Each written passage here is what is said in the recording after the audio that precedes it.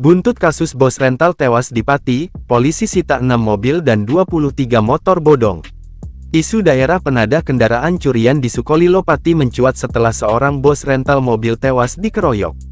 Menindaklanjuti hal itu, Polda Jateng kemudian menggelar razia di beberapa wilayah di Pati untuk memburu kendaraan bodong.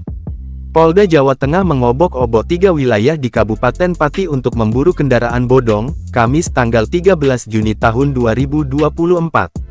Operasi besar-besaran oleh tim gabungan ini buntut tewasnya Burhanis 52 pengusaha rental mobil asal Jakarta, Kamis tanggal 6 Juni tahun 2024.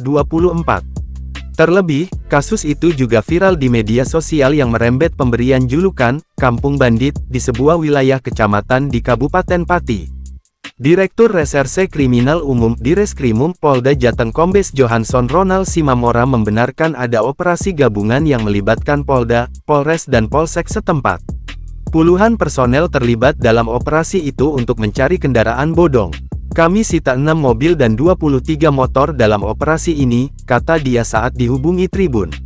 Ia menuturkan, puluhan kendaraan itu disita dari 3 wilayah meliputi Sukolilo, Trangkil dan Tampakromo. Selain kendaraan, kami mengamankan 3 orang, kata dia. 3 orang tersebut, lanjut dia, masih dilakukan pemeriksaan lebih lanjut.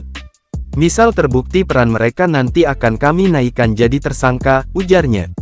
Pihaknya dalam operasi itu juga untuk mengejar para pelaku pembunuhan Burhanis. Total ada 4 daftar pencarian orang, DPO, yang masih dikejar polisi.